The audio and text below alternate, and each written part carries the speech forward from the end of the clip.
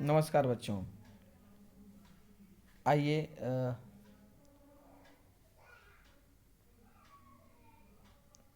ऋतु राजा वसंता पाठ से अभ्यास प्रश्न के अंतर्गत क्रियाकलाप पर आधारित प्रश्नों पर चर्चा करें। तो अगला प्रश्न, पहले प्रश्न की चर्चा हम कर चुके थे। दूसरा प्रश्न, मंजूषा की सहायता से संस्कृत में 5 वाक्यों में चित्र वर्णन कीजिए। यह बहुत ही महत्वपूर्ण टॉपिक है।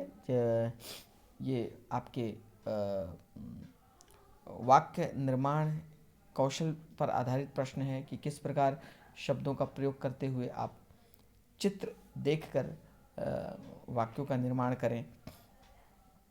यह प्रश्न पत्र का एक महत्वपूर्ण हिस्सा है जो कि आपको करना होता है। इससे पता चलता है कि आप किस प्रकार परीक्षा में दिए गए चित्र को देखकर तुरंत वाक्यों की रचना कर पाते हैं। तो किस प्रकार व्याकरणिक नियमों से आप परिचित हैं। तो ये आपके स्किल का ये कौशल की परीक्षा होती है। तो जैसा कि चित्र वर्णन में 3-4 चीज़ें आवश्यक हैं जो कि आपको ध्यान में रखनी चाहिए चित्र का वर्णन करने के पूर्व। वाक्य छोटे और सरल हों। वाक्य में पूरी तरह वाक्य चित्र पर आधारित हो। अपनी ओर से कोई वाक्य नहीं बनाना है। उन्हीं शब्द का प्रयोग करना है, उन्हीं क्रियाओं का प्रयोग करना है जो कि चित्र में परिलक्षित हो रही है। इसके अलावा हेल्प के लिए, आपकी सहायता के लिए उस चित्र से संबंधित कुछ शब्द मंजूषा में दिए होते हैं। तो वो जो शब्द हैं वो कोरिलेट करते हैं चित्र में हो रही क्रिया के साथ। एक क्लू देते हैं, एक संकेत देते हैं कि आप किस प्रकार वाक्य में उनका प्रयोग कर सकें। लेकिन यह कतई आवश्यक नहीं है कि आप उन समस्त शब्दों का प्रयोग करें। ये आपके ऊपर निर्भर करता है कि किस प्रकार आप उन क्रियाओं चित्र में हो रहे घटना को आप अपने वाक्यों में अभिव्यक्त कर पाएँ। फिर भी सलाह दी जाती है कि उन शब्दों का आप प्रयोग करें क्योंकि वो शब्द सहायता करते हैं आपको वाक्य को पूरा करने में। इसके अलावा यह भी आवश्यक है कि वाक्यों में पुनरावृत्ति नहीं होनी चाहिए। जैसे एक बालक नाच रहा है और दूसरा बजा रहा है, तो हम इसको 2 वाक्य में अलग अलग नहीं करेंगे कि एक बालकः नृत्यति, एक वाक्य, और दूसरा वाक्य एक बालकः मृदंगम वादयति। तो ये आप दोनों भावों को एक वाक्य में प्रयोग कर सकते हैं। तो अनावश्यक इससे दूसरे वाक्य में उसकी पुनरावृत्ति नहीं करनी है, इससे अंक कट जाते हैं। तो हर एक वाक्य हमारा अलग अलग यूनिक हो और अलग अलग अर्थ प्रदान करता हो, वाक्य से जुड़ा ना हो, इस प्रकार का ध्यान रखना है। तो इस चित्र में हम देख रहे हैं कि होली के उत्सव का चित्र दिखाई पड़ रहा है। लोग प्रसन्न हैं। एक व्यक्ति ढोलक बजा रहा है, 2 लोग ढोलक बजा रहे हैं। पीछे एक लड़की है जो नाच रही है। इसके अलावा 2 अन्य लोग भी नाच रहे हैं, एक बालक है और एक अन्य व्यक्ति है। उनके वस्त्र रंग से रंगे हुए हैं और ये वो गीत गा रहे हैं और गीतों की लय पर नृत्य भी कर रहे हैं। और इसके अलावा यह खुशियों का त्यौहार है, भारत का प्रमुख त्यौहार है। यह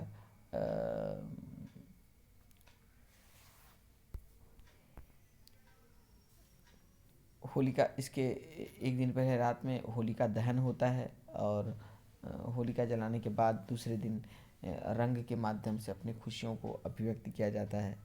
तो इस प्रकार के भाव इस चित्र से स्पष्ट हो रहे हैं। इनको वाक्यों के माध्यम से लिखना है। तो जब भी हम चित्राधारित वाक्य बनाएं तो सबसे पहले यह देखें कि चित्र में है क्या। उसके बाद धीरे धीरे उसमें होने वाली घटनाओं का हम चित्रण करें। तो यहाँ पर इस चित्र में दिख रहा है, इस चित्र में होलिकोत्सव का दृश्य है। तो ये एक वाक्य हो सकता है। सबसे पहला वाक्य तो अस्मिन् चित्रे होलिकोत्सवस्य दृश्यम अस्ति, ये हो सकता है।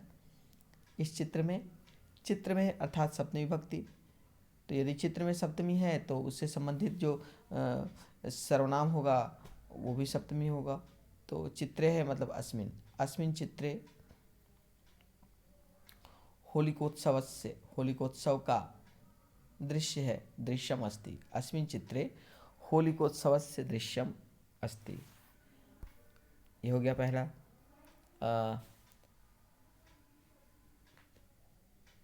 होलिकोत्सव फाल्गुन मासे अमावस्या तिथौ मान्यते, ये हो सकता है। होलिकोत्सव फाल्गुन महीने के फाल्गुन महीने की पूर्णिमा तिथि को मनाया जाता है।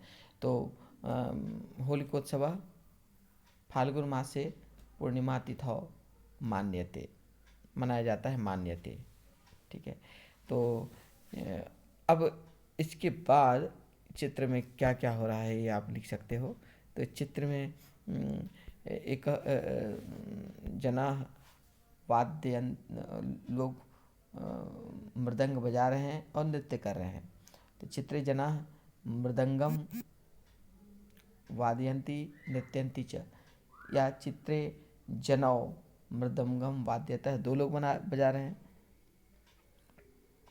तो ये कर सकते हैं कि चित्रे जनौ मृदंगम वादयतः, ठीक है। और उसके बाद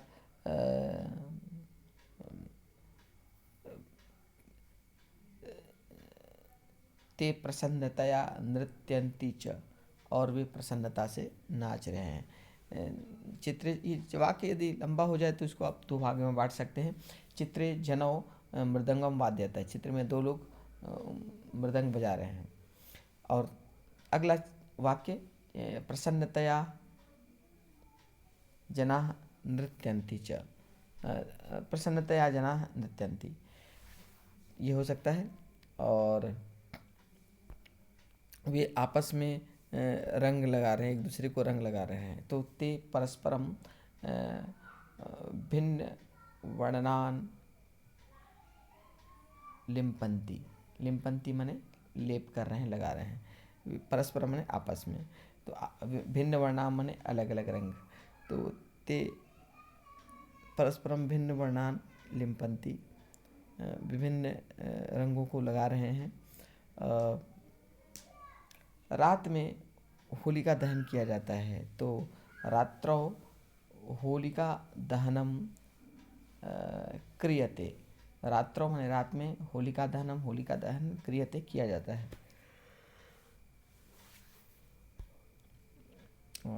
इसके अलावा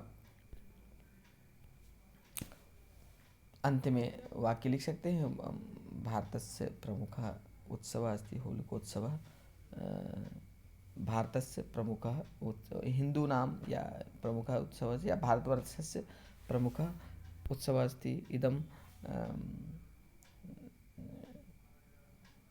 प्रसन्नतायाः उत्सवः अस्ति, यह प्रसन्नता का उत्सव है। तो इस प्रकार छोटे छोटे वाक्य के माध्यम से चित्र को स्पष्ट करना होता है चित्र वर्णन में। अब आगे बढ़ते हैं अगले प्रश्न पर। अगला प्रश्न स्वमूल्यांकनम से सेल्फ असेसमेंट। उदाहरण अनुसारेण उपसर्गम क्रियाम च पृथक कुरुत, उपसर्ग और क्रिया को अलग अलग कर देना है। तो यहाँ देख रहे हैं अनुभवंती, अनुभवंती में उपसर्ग अनु है और क्रिया भवंती। इसी प्रकार अन्य शब्दों को करना है। अवतरती, अवतरती में अव उपसर्ग है और तरती प्रत्यय। उसी प्रकार उद्भवती में उत उपसर्ग है और भवती प्रत्यय।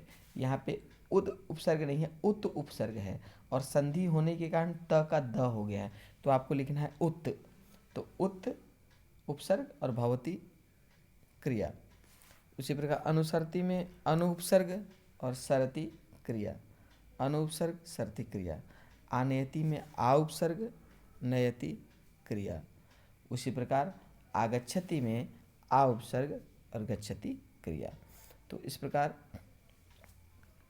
उपसर्ग और प्रत्यय को एक दूसरे से जोड़ना होता है, अलग अलग करना है। अब आगे बढ़ें।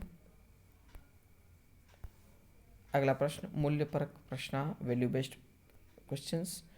पहला है वसंत ऋतौ न उष्ण न अति उष्ण न अति शीतः भवति। वसंत ऋतु में न अधिक गर्मी न अधिक ठंड होती है। इदं वाक्यम जीवनस्य किम सत्यम प्रतिपादयति। यह वाक्य जीवन के किस सत्य को प्रकट करता है। क्या है कि जीवन कैसा है, समभावम है, समान भाव का है, अर्थात इसमें सुख भी है और दुख भी है। तो अलग अलग जिस प्रकार ऋतुएं होने से पूरे वर्ष की शोभा बढ़ती है, उसी प्रकार जीवन में भी अलग अलग भाव होने से जीवन का आनंद बढ़ता है। तो कभी किसी एक भाव को दीर्घकालीन नहीं समझना चाहिए, भाव बदलते रहते हैं। तो जिस प्रकार गर्मी के साथ ठंड भी होता है, उसी प्रकार जीवन में भी सुख के साथ दुख भी होते हैं। तो क्या सत्य है? सत्य है संभावम। अगला, वसंत ऋतु अस्मभ्यम कस्य संदेशः यच्छति। वसंत ऋतु हमें किसका संदेश देता है? वैर का, दुश्मनी का, उत्सव का, हर्षोल्लास का, खुशियों का संदेश देता है। तो हर्षोल्लास से संदेश। तो इस प्रकार यह पाठ समाप्त हुआ और मुझे पूर्ण विश्वास है कि आप लोगों को समस्त प्रश्न भली भांति समझ में आ गए होंगे।